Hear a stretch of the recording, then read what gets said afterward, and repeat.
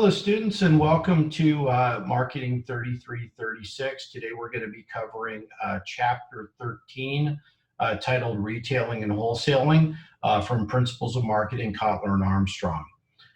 This chapter is the beginning of a series of discussions around the marketing efforts and distribution strategies of firms, and I hope you find it interesting. The material in it on the topic of retailing is particularly relevant with all the dynamics that are going on right now and the changes in the retailing space, particularly with e-commerce. And we have a number of courses at University of Houston that cover in this particular area. So if this is something of interest to you and you want to work in the area, you should look into some of the further marketing courses in this space. Let's get started by talking about the impact of e-commerce, particularly in the United States. Since you all are shopping and you want to see what the impact of e-commerce is, if I asked you what percentage of purchases of total transactions, consumer transactions, are made through e-commerce versus physical retail store transactions or purchases, my bet is that there would be no way, if we would have asked you last year, that you would have thought that it was around 10 or 12%. Even now, we're talking about 16%. So there's a tremendous number of physical, in-person retail purchasing going on. About 83% or so of purchases are made still under the COVID conditions in Q1 2020. We're looking for updated numbers, but COVID has definitely accelerated the online purchase focus. And you can see that even through stock prices of companies like Amazon and Alibaba, and also the distribution channels through e-commerce. But even with that, there's still a tremendous amount of mixed strategies that firms use in doing their marketing and retailing and selling and distribution of their products to consumers. We're going to talk about that today, and we're going to talk about all the different store formats and strategies that firms use to introduce you to the general concept of retailing. So first of all, one of the important concepts that we talk about today is this concept of omni-channel retailing. This is omni-channel retailing creates a seamless cross-channel buying experience. What we mean by cross-channel is where somebody can shift from channel to channel when they're making their purchases and looks at things like in-store, online, mobile, and create a single shopping experience. So for example, if I'm in the store looking at Best Buy to buy a product, I can go on the Best Buy website that can assist me through things. Using my mobile device, I could be at home using my PC. All of it is used together in a seamless strategy of an omni-channel shopping experience that allows us to optimize that experience to the consumer and let them buy as they want to purchase. So the new retailing model, digital technologies have caused a massive shift in how people buy. So in today's retail setting, most of us adopt some form of a multi-channel experience, either in-store, in-home, or on mobile. And if we think about that, how many of you actually search for things online before you go out to shop for them? Or what types of items do you shop for in person versus you just purely buy online? I'd like you to think about these types of things because they have really important implications for the way we engage in marketing activities. So I'll give you an example here. This is a good example from our book that talks about Walmart. Walmart's the world's largest retailer and the world's largest company, in fact. So they're faced with challenges to maintain their rapid growth, and they've been growing substantially even under the pandemic. They've experienced tremendous growth. In particular, they've had a lot of massive shifts towards digital and mobile buying that sort of changed the way shoppers buy from Walmart. And they have to keep up with this. And so Walmart's really invested in building what we call an omni-channel experience. For those of you who shop at Walmart, you can still see the physical presence of shopping and the way they make that experience active, as well as the online shopping experience and interactive experiences that Walmart works through in the way people shop and the way they engage with products at Walmart. So let me tell you a very important concept that's really shifted and been the dynamic shift within the concept of retailing. So if we went back 15, 20 years ago and we taught retailing 15, 20 years ago, one of the things that we often talked about is what we call the first moment of truth. And the first moment of truth is the critical 3 to 7 seconds the shopper considers a product on a store shelf. So let's say you're walking through a grocery store and you're deciding what type of cereal you want to buy. And you haven't bought cereal in a while and you want to start considering that. So maybe you look up at the shelf and you see what's up on the shelf. Now, a lot of retailers and companies that are selling through retail fight for store space. And obviously, eye level, center of the aisle, or end cap store space is really, shelf space is really important to capture the eye's attention. So the first moment of truth was always thought of as we walk through the store and we see the products, they form what's called our consideration set. And these are the products that we consider overall when we're deciding whether we want to buy something. So when we're the consideration set in the first moment of truth is formed when we look at these cereals and we're trying to buy or make a decision about buying. Now that could still be true for some products that we really don't want to do research on, but more products that are more that there's more at stake, or we really want to research and find out more information to be able to make really smart buying decisions, require us, and that's actually even true with things like cereal now for people too. People want to do research on them on their own and figure out what's out there and what we might want to buy. So for example, if I'm buying a technology product, let's say I'm buying a new TV for my house, and I want to look at what are the TVs out there and what are the attributes and what's some of the best options for me, I might research that online before I actually go into a retail store and check out those TVs. And so the first moment of truth has changed dynamically. So one of the things that we know of is that there's this concept, what we call the zero moment of truth. Now, the zero moment of truth is the time period by which an individual actually goes and they search and research online prior to them actually going to the store. And so Google did a big study on this topic, and they looked at digital and they looked at what we call the zero moment of truth. So let's take a second and watch this quick video on Google and the zero moment of truth.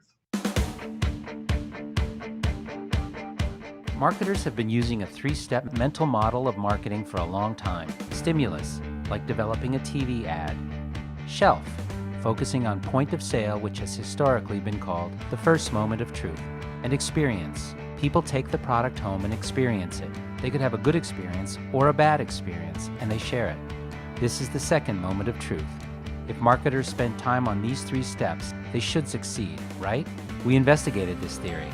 We conducted a comprehensive study with research partner Shopper Sciences using 5,000 shoppers across 12 categories, from groceries to cars and financial products. The goal, show where influence takes place as shoppers move from undecided to decided. We found that the average shopper used 10.4 sources of information, up from 5.3 sources in 2010. We asked shoppers what sources they used to make decisions, when they used it, and how influential is each source. When we lined up their responses, a fourth step appeared in the marketing mental model, the zero moment of truth. This is when consumers do their research, get smart about alternatives, read reviews, look for coupons and comparison shop, all before going to the shelf. When we compare the steps, the zero moment of truth pops up as highly relevant and influential. Consumers have changed the way they have approached decision-making. As a marketer, have you kept up, or are you still using the old mental model? There's a new mental model now, and marketers that can now keep all these steps spinning gain a very competitive advantage in today's marketplace.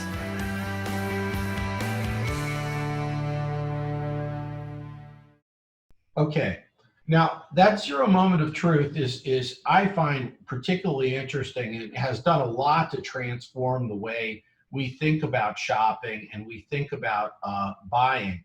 Because now people are searching digitally both before and in the time of their actual purchase to be able to help them make a decision on what they're buying. So you can imagine this zero moment of truth, which is even before the first moment of truth, becomes particularly relevant. So we have to consider the way in which digital impacts the shopping experience, and also think about this holistic buying journey of the customer as they're thinking about buying products. So next, let's talk about the types of product line classifications, or the types of ways in which we retail out there in the marketplace. And many of you experience these types of settings of retail stores, both online as well as in person. So let's talk about these physical retail stores and what are some of these differences. And I'm guessing that many of you have actually been to these types of stores. So the first is we have is a specialty store. These tend to be mega stores that focus on a specialty product or specialty area that just concentrates on this. This, for example, is on the right is the Nike store. You see the Just Do It sign on it, and it just really concentrates on sportswear and shoes and all the stuff around sporting good focus. So that's what we often call a specialty store. Think of all those specialty stores that have certain focal areas and that are just a focal store that really focuses on a particular area or specialty good. Next, we have what we call department stores, and many of you have been to these. In fact, you probably shop at these regularly when you're looking for an assortment of opportunities of products to look for across a large spectrum, and these are department stores. Macy's to the left is one of our big department stores. Any mall that you go to, that many of you go to here in Texas, will have a Macy's department store in it, tend to be at the end caps of a mall, and they're a store that has a general assortment of products for you to look for and purchase. And they range from anything mid to high end to low end convenience products, but there's a tremendous assortment of things to look for at a department store. The next category is what we call the convenience store. This is where you can just walk in quickly and get convenience goods, things that you can get rapidly that you need. So, and they tend to be premium priced. So even though they're convenience goods, they tend to price them a little higher. You recognize that when you shop at a convenience store, that you're in there buying something and it's about convenience and rapid acquisition. The 7-Eleven to your right is a perfect example of a convenience store. Typically, many of these convenience stores are at strip malls, or they can be specifically in gas stations too, and you can enter a convenience store to do your shopping. So that's a very typical one. Next, we have what we call a superstore. A superstore is a store that has a tremendous concentration of items and things that we can actually focus on and purchase, but at a bit of a focused premium price. And so, like, let's look at Target, for example. There's different variations and strategies that superstores use, but Target is a very typical superstore, so it holds tremendous amount of items. And in fact, Targets sometimes, or the big Walmarts, can actually have grocery stores associated with them too, that fall within this category of a superstore. And lastly, what we have is category killers. A category killer is a store that's a big mega store like a Best Buy that takes everything across a category. In this case, it's personal technology, and has everything in personal technology in that store that you could think of, and it consumes what we call that entire shopping category. So that's our last one, which is called a category killer. So these are our typical, what we call product line classification stores, and the variations that we use. And think about what the different marketing strategies of these different types of stores would be. So when we think about growth in non-store retailing, we talked about that a second ago from our multi-channel type of framework. We have direct, which is buying direct from a company instead of going through a retail source. So we might have companies that are actually didn't previously sell directly to the consumer, now selling directly to consumers, often through online advertising or even through television advertising. We have fully online distribution, where a company distributes completely online and houses their products online for purchasing, or a combination of online with mobile. So mobile technology is becoming more and more common now, where a person can actually purchase off mobile in a store as they're shopping, by even using codes in the store to be able to scan the code and be able to get price technology and fill in our shopping baskets. And then lastly, social media, where we push out and we actually look for customization in the way products are shared to the marketplace. So there's a lot of growth in what we call non-store options when we think of retailing settings. So now let's take a step back to organizational approach, and this is how are organizations formulated, and what are sort of the different models of formulated organizations out there in the marketplace, and how can they be utilized to sell product to the market in retail formats. And we're going to talk about 4 particular ones. This is a figure from the book. I'm going to go into depth in each of these topics, but this is actually a really good figure for you to have a clear understanding of, because if you're going to be talking about marketing or business in general, understanding organizational approaches is really important, and many students really don't fully understand what we call the concept of an organizational approach. So we have four core types. We have the corporate chain, and we have the voluntary chain, we have the retail cooperative, and we have the franchise organization. And I'm going to go through each of these briefly to be able to describe them for you so that you get a better understanding of what we mean by each of these areas. Because we're going to talk a little bit more about this as we move forward in the semester. So let's talk about corporate chains. These are 2 or more outlets that are commonly owned and controlled. So that's if we have more than one outlet for something, that's a corporate chain. So for example, you see a bunch of CVS's everywhere, that's a corporate chain. We see a bunch of Macy's everywhere and they're controlled by a central corporate organization, that's called a corporate chain. So a size allows them to buy large quantities of product at lower prices and promote those products uniformly across their marketplaces. And because of this big purchasing power, they can drive down prices, or they can create bigger margins for themselves in the sale of these products to the marketplace. But these are corporate chains, corporate owned and corporate organized and operated with full control over those distribution in those stores. So they control everything. They own the stores, they own the chain, and they hire the employees directly and control them themselves. And that's a very common structure in retailing.